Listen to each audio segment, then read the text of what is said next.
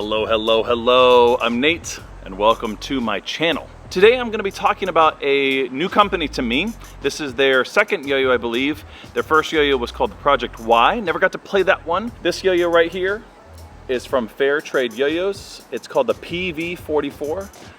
We're going to get into it.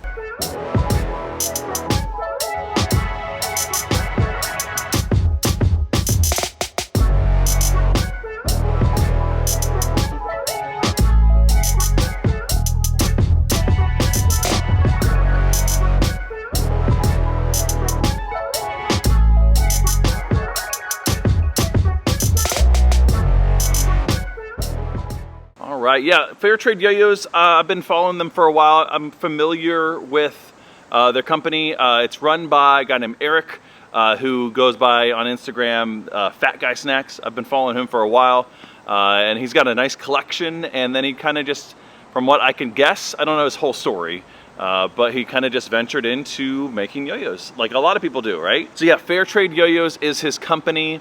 He's got a team as well, so it's becoming an established company, and this is their second yo-yo. Again, their first yo-yo is called the Project Y. Looked really nice little organic with a fun little, like, just kind of shift on that, like, sort of traditional organic design as far as the gap. And this one's kind of that way too. Again, this is called the PV44. I'm not sure what PV stands for. I know what 44 stands for. Maybe I'm just ignorant and I don't understand what PV stands for, but I'm trying to rack my brain like, what could that stand for? Anyways, I don't know. But 44 typically stands for yo-yo, right? You guys know that, right? It comes in a couple different solid colors. I have the black here, of course, and I think it has like a blue and like this kind of burnt orange. I don't know what they're calling it exactly. And I think a green as well. And then they also have one that's not just like, this one's not laser engraved, but they have like the laser engraved eyeballs of like, I think it's Marvin the Martian from what I can concur, but that's what it looks like to me. But it has just like those eyeballs on there. You can buy these directly through their Instagram account. Right now, they do have a website. If you go to their account, you'll see that it's like Fair Trade YoYos, but that's like a buy-sell trade kind of thing. And I don't believe you can buy them directly off their site. According to the letter he gave me, you have to like private message them. So go ahead and message them, and you'll see that on their Instagram. I'll have all that, the links and so on in the description. I do believe they're going to be available shortly. They're not currently, as this video is released, available at Yo-Yo Sam, but I believe they will be available at yoyosam.com at some point as well. Maybe eventually they will be on their website as well, but right now you can get them directly through their Instagram. So again, I'll have a link in all that description. All right, let's actually talk about the yo-yo. Stop rambling on. This yo-yo is at about 53 millimeter in diameter, so it's just like in that like just undersized, but like not, you know, still in the undersized category. And for my take on it is that 54 is kind of in that full size, 56, 57 is kind of getting into that a little bit more in that oversized category. 52 to 53, you know, somewhere around there, like this one, is in that undersized. It's gonna be nice and kind of just a little bit more nimble, light, smaller, you know, kind of frame. It's got a decent width to it though. It's hard to kind of like just pinpoint directly its shape. I would kind of put it in that organic, but it technically has kind of a wacky H shape. I don't know what font that would be, but it's a really wacky H shape because it kind of scallops in there and has this sort of like high walled, and I put that in air quotes, right? High walled design, but it's not really high walled because it's still pulling away from there. So I have the string in here and you can see that in the gap. I mean, you have a giant gap there. So it's kind of interesting. It's really unique, a nice take on that, and I like the design there a lot. It's very clean, very simple, but it's got a nice blend of that like sort of more nostalgic, if that's the word you want to use, more like mid-school sort of like organic feel. But the gap design is really interesting to me. Maybe gonna have a feel of a high wall, maybe for things like regens and so on, but it's also going to have a little bit more performance of a gap. Again, nice and flat on the catch there. The bowls here have like no raise in there at all, so it's just going to be nice and flat if you want to finger spin with that or something like that. It doesn't really have any kind of IRG, but you might be able to tilt it a little bit, but it's going to be probably a little bit difficult to kind of do anything like that. Grinds will be interesting. I think it probably won't be great for that. It'll be kind of catching a little bit of that. The gap design does vaguely remind me of, I believe it's One Drop's Fat Tire. Is it the Fat Tire? Yeah, it's a Fat Tire, yeah. It has that kind of similar sort of gap design. I don't know if that yo-yo inspired this one or not, but I kind of get that vibe a little bit. The design's quite different as far as like the actual like hub design and all that, but the gap does remind me a little bit of that. It is a C-size bearing, but I don't know why, and maybe this is just kind of an intuition sort of thing. After I played it a while, I was like, you know what? This would be an interesting candidate for a D bearing. And I think because of the smaller frame and all that, I think it would have been really nice to see a D bearing on something like this. C bearing's fine, obviously. It's kind of standard. The D would be kind of nice there. It is at like 63 grams, so it's not light necessarily, especially for its smaller, you know, more undersized frame. But I think that would have kind of given it a little bit more oomph, you know what I mean, out the gate. And so I don't know. Again, be interesting to see that. I don't know if they would ever consider maybe doing like a second edition of this in D bearing, but I think that would be really cool to see what that would play like. Not a designer, so don't take my word for it.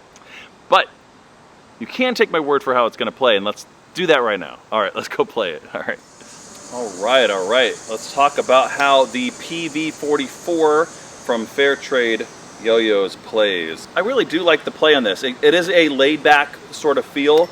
I'm not feeling like this will be a yo-yo that you'd necessarily push for like all those like, you know, speed combos, tech tricks, or just really long combos. The spin times are okay. I mean, it's not like a spin time killer. We've got lots of cicadas here right now in Central Ohio, and I'm sorry in advance. I don't know how much my high pass filter is going to cut that out. So yeah, this is more of a laid back yo-yo. It's not got a ton of rim weight on it. In fact, like those rims are kind of not beefy at all. It has a lot more like middle weight, not center weight, but middle weight. So it's just gonna have a different vibe. I like the weight feel on that though. Like right around 63 grams is really nice. It's not super light, but it's light enough that you could push it. But again, it's not gonna be like your longest spinning, you know, yo-yo. I don't think it's intended to do that. Binds are nice and snappy. Again, that D bearing, like just as I'm rattling it through my mind, I'm thinking like, what would this play like with a D bearing, or even probably not an A bearing. You have too many variables there, but a D bearing would work.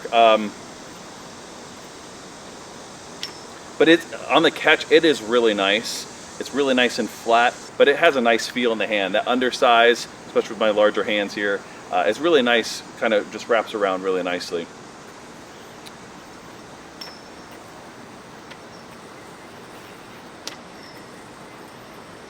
As far as regens, you have lots of control there. It has that sort of like high wall feel without it really technically being high walled. So really nice for that. You know, that gap design, if you get, you know, if you get a knot there, you can kind of get in there really easily without taking the yo-yo apart. Unless you got really beefy fingers, you can get your finger in there. Now, as far as like doing something like finger grinds, it's okay. It doesn't kind of, my fingers are too wide to kind of get into that gap there. So it's just kind of resting on top, but it works okay. And it's stable enough. I did say that there was no IRG, but let's see here. I didn't have to tip it up too far, and I did it on the second chance, but if you tip it a little bit more, you should have no problem picking that up for a thumb grind, if you're into that. As far as finger spins, let's see. Let's get a better one there without the string in the way. Yeah, it's gonna be okay. It's gonna rattle around there, you know. It's not gonna be centering or anything. But you can pull off a finger spin if you'd like. Again, this is gonna be a nice, really kind of everyday carry sort of yo-yo. A really kind of nice laid back, chill session. I could see throwing this for a while and just kind of being, and just vibing with it. I wouldn't necessarily gravitate towards this yo-yo if I'm working on a new trick. Maybe just to kind of just have a fun session. That's probably what I would pick this yo-yo up for.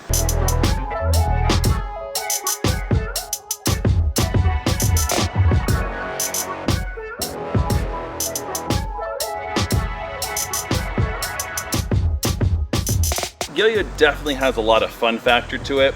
I like that simple, clean design of it, but at the same time, I love like just that it's just a fun yo-yo. It's just kind of a laid back, just kind of a chill, kind of like a longer session. That lighter weight's gonna be really nice for, you know, you can still push it enough, but it's not demanding that you play like your most techie, hardest, most performance-based tricks with. And I kind of like that. Again, that's a lot of my preference in yo-yos in general. So take that with a grain of salt, or take that with my opinion of salt. I don't know, whatever. All right, that's gonna do it for now for my talk about the PV44 from Fairtrade Yo-Yos. Definitely check them out. I think this yo-yo is really rad. I'll have a link in the description again to all of the information about this yo-yo, the specs and so on, also where you can get it. Until the next one, later.